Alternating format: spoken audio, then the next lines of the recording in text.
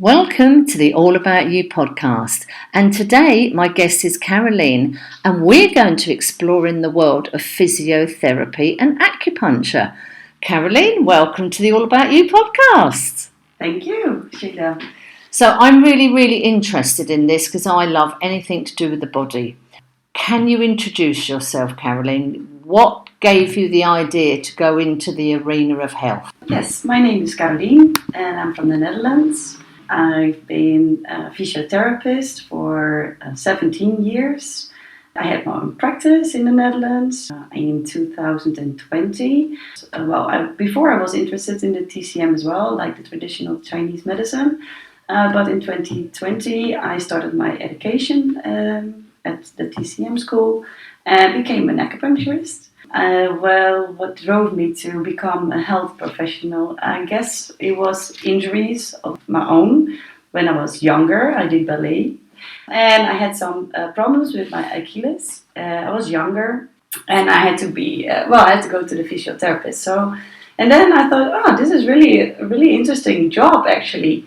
So later on, I forgot about the job, and then you get older, and at some point you have to choose what are you going to do for education, and I didn't actually know. I thought about physiotherapy, but I thought, okay, I'm 20. By the time I finish school, and then I have to be that for the rest of my life, and it scared me a little.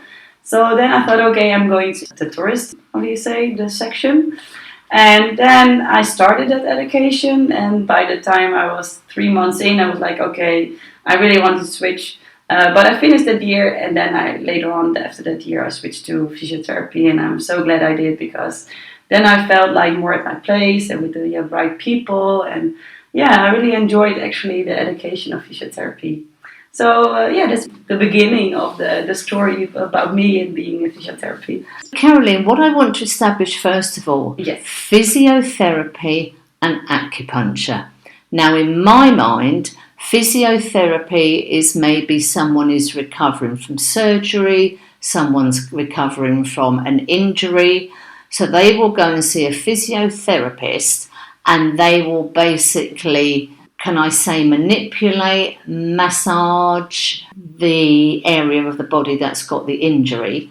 And acupuncture is when we're using the very fine needles to do exactly what? I don't know. Release energy. In other countries, but back in Holland, physiotherapy is also used for muscle aches and back injuries or back pain, but also it's used after surgery as well. So hip replacement or knee replacement or stuff like that. And you revalidate. How do you know? Yes, revalidate, like you. So you're trying to bring that knee or that shoulder back to where it was prior to surgery. Yeah, but also for neck pain and headaches and stuff like that. So it's more of a general healthcare, I guess. Yeah, general healthcare. And it's Western. So that's the big difference. You have protocols, stuff like that. You have health insurance who involve, like, make you do stuff.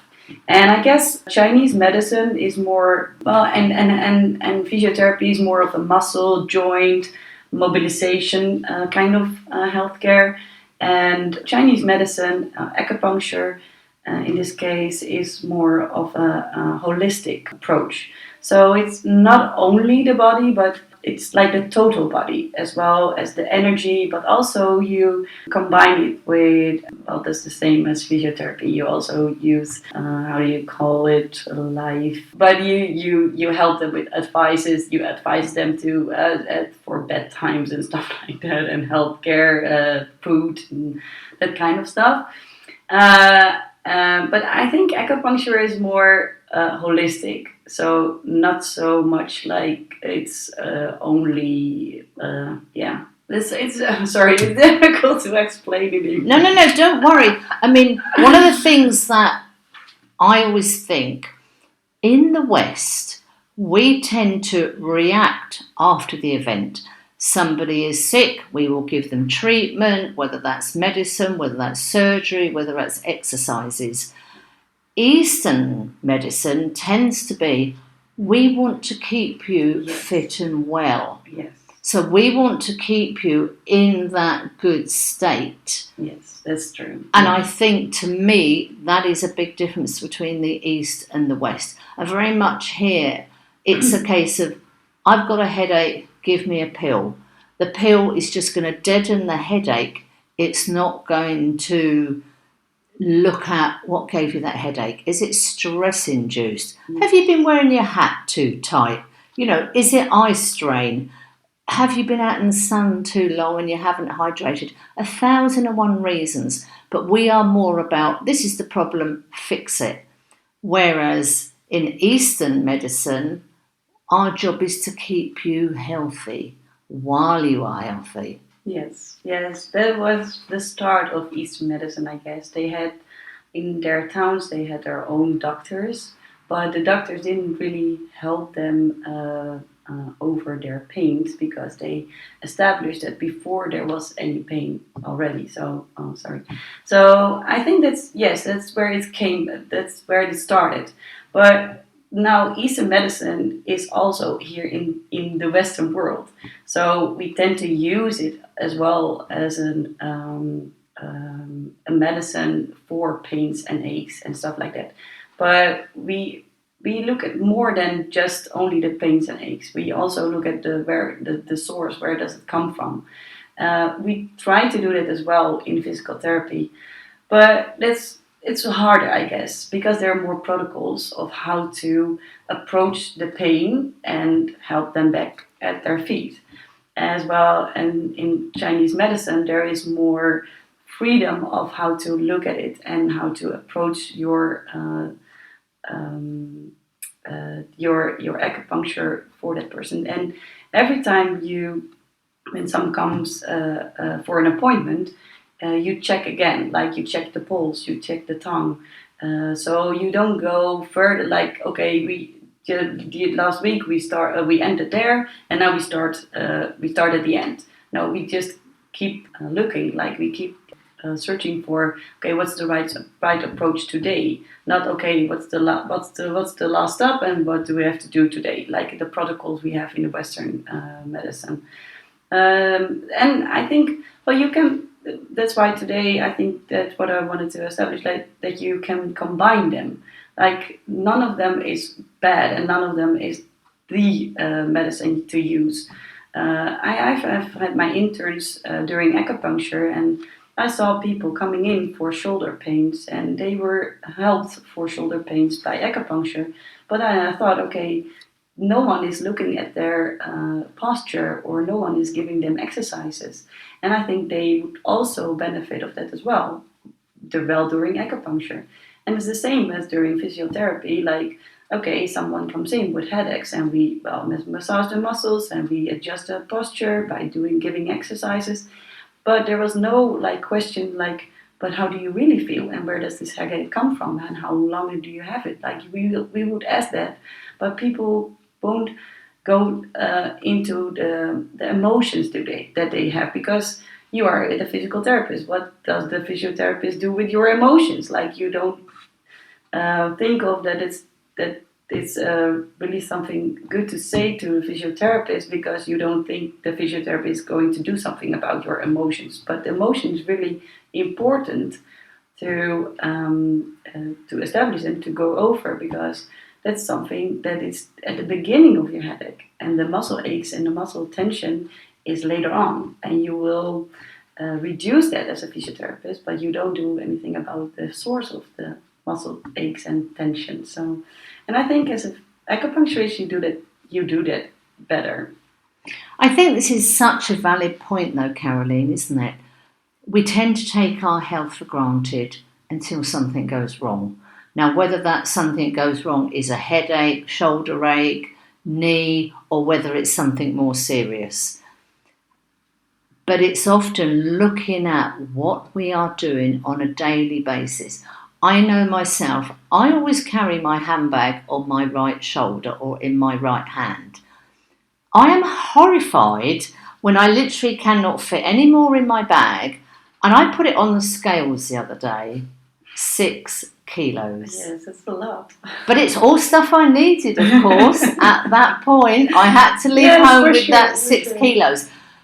But I'm thinking, okay, I need to try changing that bag from left to right when I'm walking. It's not comfortable. It's rather like, we write with a dominant side. You tend to like your bag is on your one side or the other. And I'm thinking, okay, but that's 6 kilos on one side of my body. So one side of my body is taking all the stress. The other side is trying to keep me upright. Yes. I mean, that is just ridiculous. And that is just a simple example for so many people. Yes, that's a good example. Yes, and I think it's just a simple but a very good example because we carry a lot, and not only like literally, but also figuratively, I guess. So yeah, you have to keep that all in mind while you're at your approach to help someone with their aches and pains. So yes, I guess like the example you just gave me is a good example for physiotherapists because then we look at okay, but you carry your bag and that's probably where your pain is coming from. But on the other hand, if you go with this problem to an acupuncturist, they would like okay, but they would probably not look at the back at all. Like they probably don't look at your posture at all. But they will look at you like, okay, but why can't you carry those 6 or 8 kilos? What's holding you back in your strength? Or how do you feel? Like I don't know. It's another approach. It's not better or not worse, but it's another approach. And I guess if you combine those two, you have the best of both worlds. I guess. I have to say I'm feeling very guilty. I need to actually go through my bag and what can I not carry? Because that's ridiculous. I think most people listening to this have maybe had experience of physiotherapy or know somebody who has or have seen it on TV, etc. Maybe not so many people have had experience of acupuncture. Can you explain what acupuncture is, what it does, and why might you choose to do that on somebody? Yes, that's a very hard question, I guess. Well, maybe as we all know, acupuncture works with meridians and acupuncture points. And those points have a relation to the system, like the whole system, and it relates to all kind of organs. And if you needle someone, if you place a needle in the acupuncture point, it will do something to the flow, to the blood flow, to the chi. It will help reduce or it help establish like the energy, I guess. So when you talk about meridians, are you talking about sort of the energy flowing around the body? Yes, there is energy flowing around the body. Not in between, I guess. Yes, in between the meridians. And you have a lot of meridians and you have a lot of acupuncture points. And if you combine those points, yes, you can do something about the flow in between the points, I guess. But it's like we can. It's energy is also always a little bit weird to talk about because you can't see it. But we can feel it. Like some days you get up out of bed and then you think, oh, I don't have energy. I feel really heavy. And some days you are very energetic and you have a lot of energy. So there is energy, but sometimes it doesn't flow that well. And with acupuncture, I guess you can help the flow. You can help with the flow. I don't know if I make myself like... Yeah, no. Okay, I think you do, absolutely, because the way I'm visualising this, if we have a pipe, if the pipe is just one long line, the water can flow through the pipe fine. Yes. If there is a knot or a tangle in the pipe, the water may still flow, but it needs more pressure to get it through the knot or the tangle so it can continue to flow. So I imagine in the body, in theory, our energy should be able to flow quite freely, quite natural. However, if there is an issue, Yes. then that's going to affect that energy flow. And I think, as you say, it's quite difficult if you cannot see it. No. I mean, if we liken it to the blood, if there is no problem in the body, the blood and oxygen will just flow around quite happily. However, if there then tends to be like cholesterol or something and the blood can't go through, that's when we're in trouble.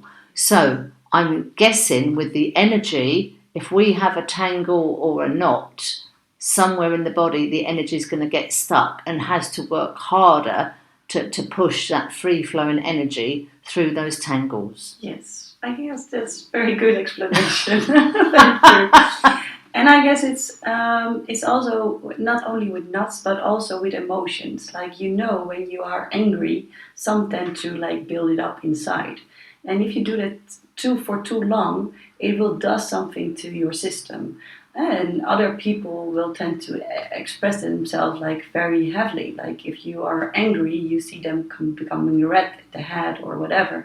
So there is energy going on while you have emotions during the day and also during your whole life, actually. If you are sad, but you didn't get that sadness out, that will be stuck in your body, and that eventually will do something to your flow as well. So it's not only like acute, but it's also like chronic, more at a chronic base. And I guess I started doing acupuncture because I had that something happen to myself. I lost my brother in 2019. Well, that year after was very hard for me, and I had really aches and pains in my body, like weird. I couldn't tell where they were coming from. And I'm a physiotherapist, so I was like, okay, I have to do exercises. I have to be more at my feet. Like I have to do more stretches or whatever. I have to go to bed early, and I have to take care of myself, having with good food and stuff like that. So, but in the end, it really didn't help me at all. So then there was a patient of mine, and she sees acupuncture as well, an acupuncturist, and she said, well, maybe you should try an acupuncturist. And okay, one day I was like, okay, I will be bold and I will go to the acupuncturist because I don't like needles. So I was there, and she was really helpful, and she listened to my pulse, and she saw my tongue, and I was like, okay, just lie down and I will just help you. And then at that point, while there were acupuncture points in my body, while there were needles in my body, I was not sad, but I was crying. Like I was not thinking about my brother or not thinking about anything, but I was just sad. Like my eyes were, I was just crying. I didn't know where it was coming from. But then I thought, okay, this is a release of my emotions with what I held inside. And I thought it was a miracle. I thought it was a miracle that acupuncture actually helped me release that emotion. And after 3 or 4 sessions, it's not that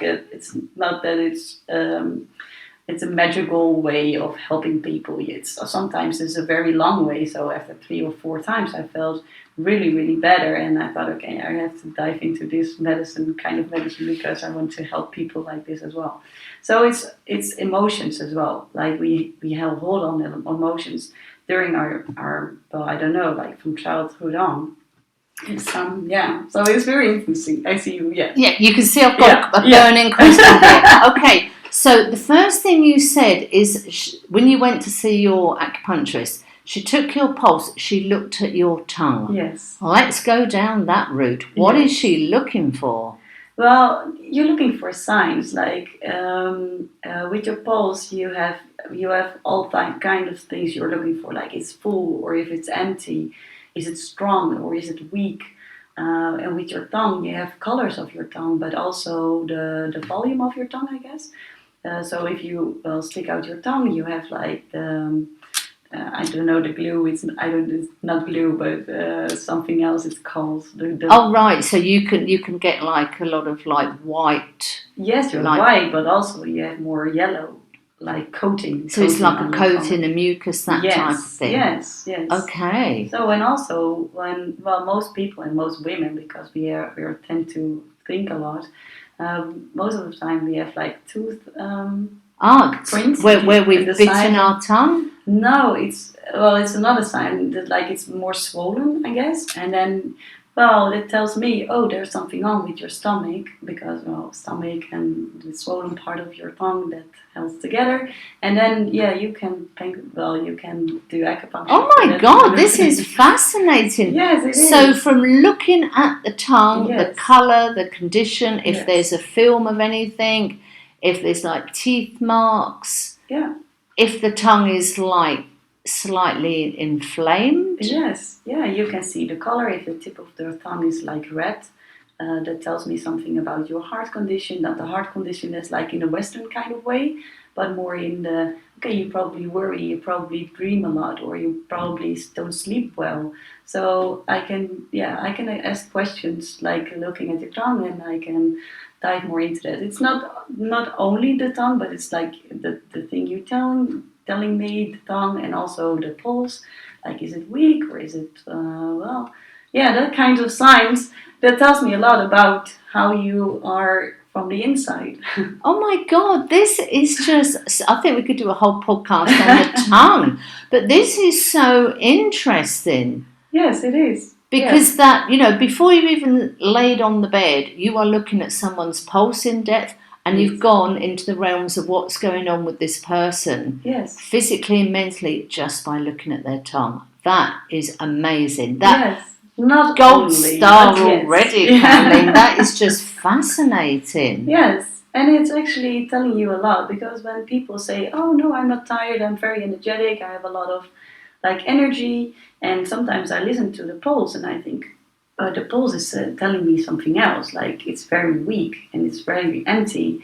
So sometimes other things like keep them very energetic. So from the inside, they aren't energetic at all. There is not much of energy. So probably at that time, like, she does feel energetic, and she's telling me that she's energetic. So as a physical therapist, I would probably think, oh, she's doing well. But as an acupuncturist, like, oh, but there's something more into this. Like, you have to go deeper into this. I'm a very energetic person, but you don't feel energetic from the inside. So what's going on here? So it's nothing's going to get past you, is it? But I think that's fascinating, though. So let's say somebody comes to you and they've got a stiff shoulder, for example. So you're going to check their pulse, you're going to have a look at their tongue, and you're just generally, what's your general state of health, what's going on in your life, are you on any medication, all the normal stuff. What's going to happen next? That's a good question. I think I would also probably touch someone. Like if as an acupuncture only, I wouldn't touch you. I would just probably do the acupuncture points. But as a physical therapist, I want to feel like how is the tension in your body? How is the fascia, that kind of stuff? How is your posture? Does everything move well in your neck or in your spine? Does the shoulders work well? So then if I find like mobilization problems or tension issues or stuff like that, I would probably approach it as a physiotherapist. And in the end, I will probably give you some exercises. But if there is more than into that than only tension in your neck because you had a very busy day or you had a very busy week, but overall you are a very relaxed person, I would probably only do that. But most of the time, people aren't like very relaxed. So they tend to hold more of tension than only into their shoulders. And then I would probably also combine it with acupuncture. Because this is an interesting thing, isn't it? We all hold tension in different places. Yes. Some people, it could be the jaw, the neck, the shoulders, the stomach. And particularly if people hold stress in the stomach, that obviously then creates digestive diseases. And then obviously that can cause lots of problems with the bowel. Holding any stress for a long period of time is not great. The body is absolutely amazing of taking care of us, repairing on its own. But I think here, going back to the West, we are, okay, I haven't got time for this, just give me a pill, just to tell me how many drops I've got to take a day, and I'm going to carry on ahead and that will sort it out.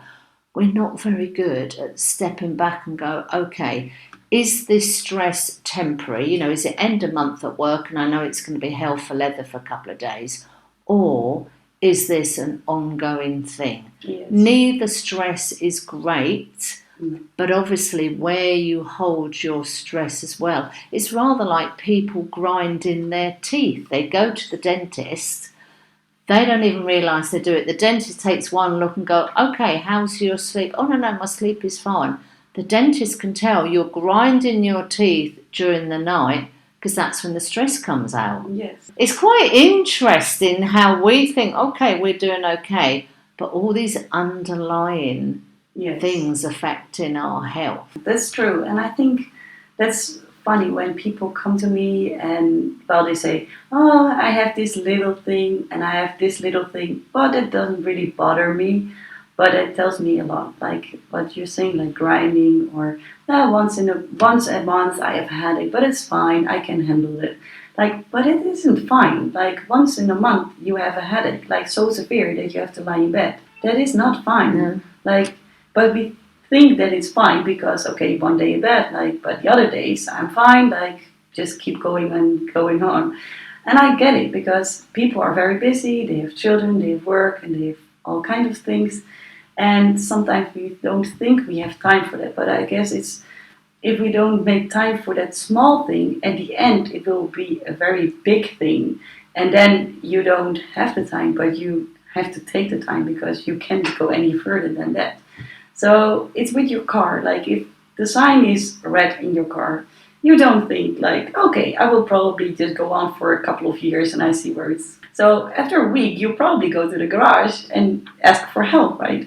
But we don't tend to do that with our own bodies. We tend to just, okay, that's a red sign, but yeah, it's fine. It's probably fine. I will be just help myself like in a few years because probably then I have some time to fix this. No. There's a really great quote, and I don't know where I heard it.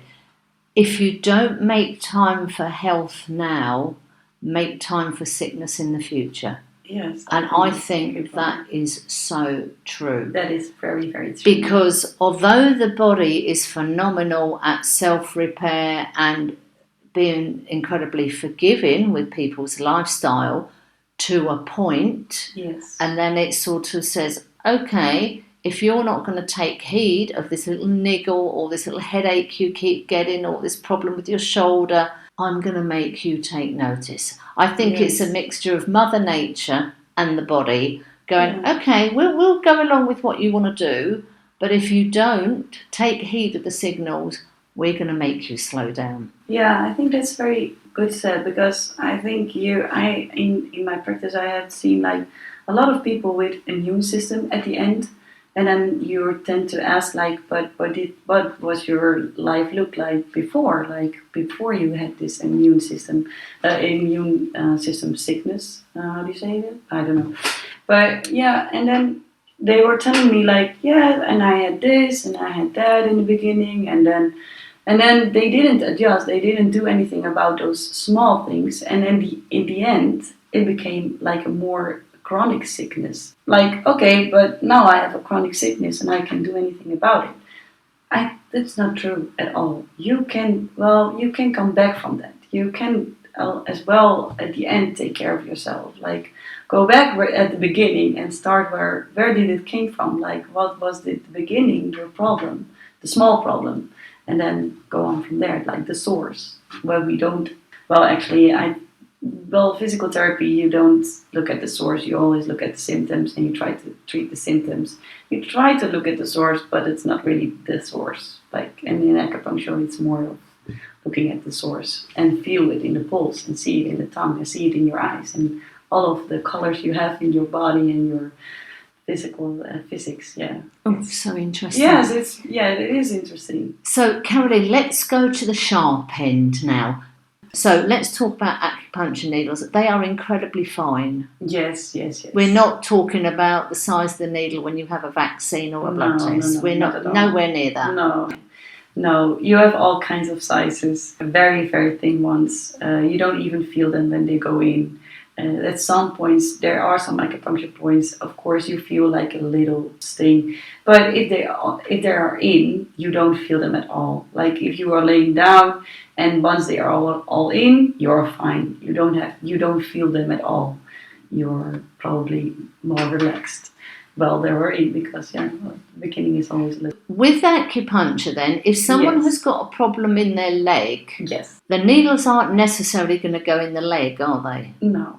No. That's not what I necessary. find interesting. Yes, it is interesting, but it's because of the whole body. We take it as a whole, not only the leg.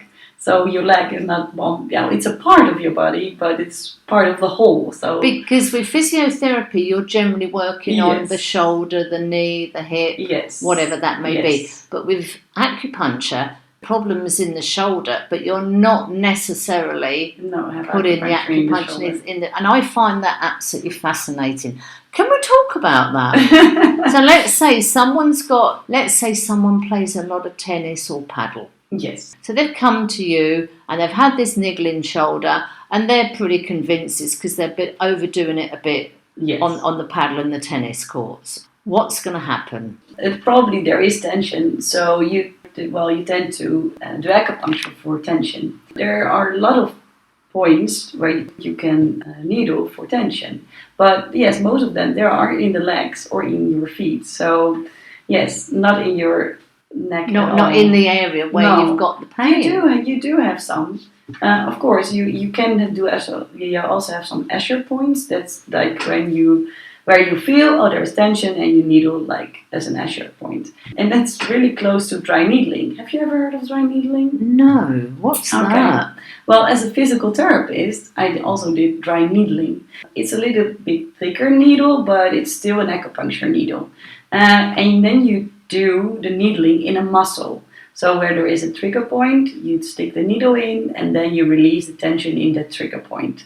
So, but it's kind of similar to an Escher point in the acupuncture. So I think it came from that, but it's used as for physical therapy. So but it's similar.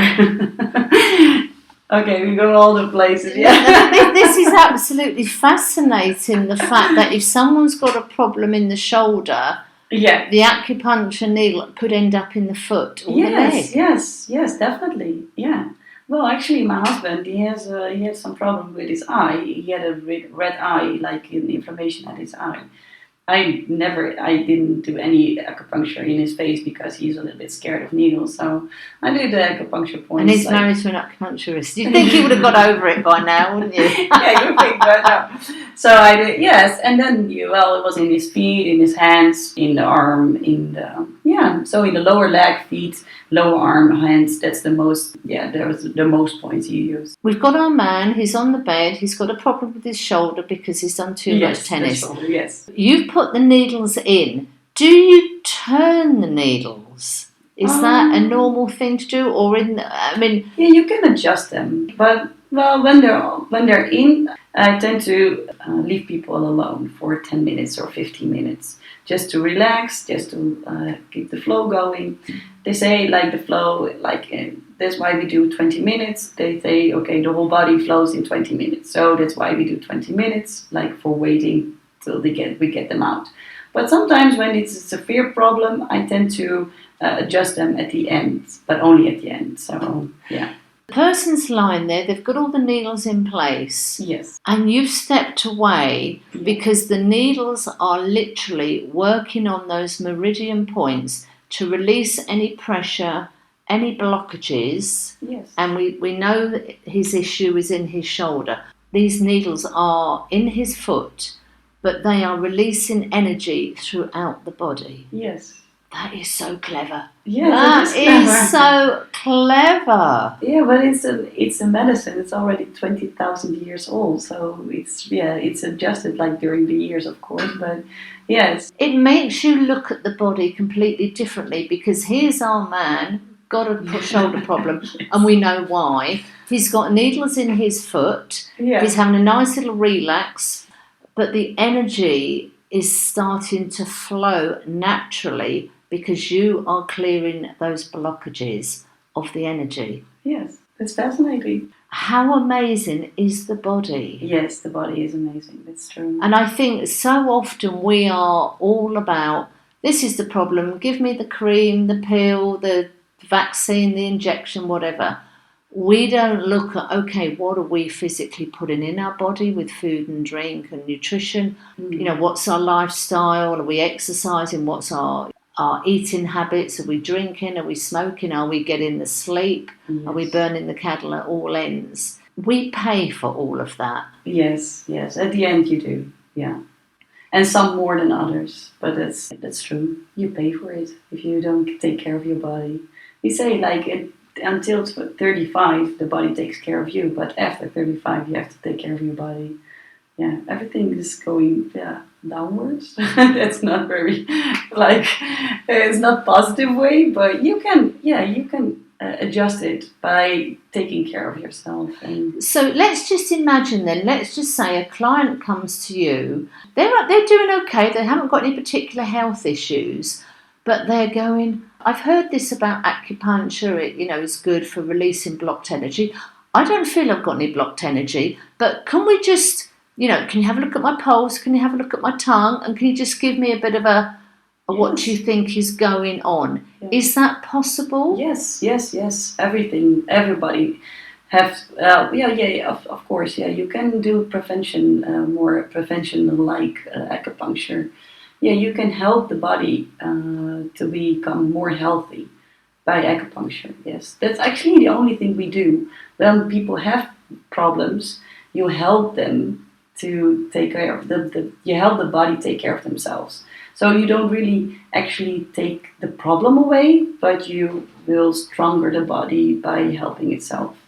And if somebody has prevention acupuncture, what sort of things could you possibly discover what's going on in this person's body? What are some of the typical things that you discover?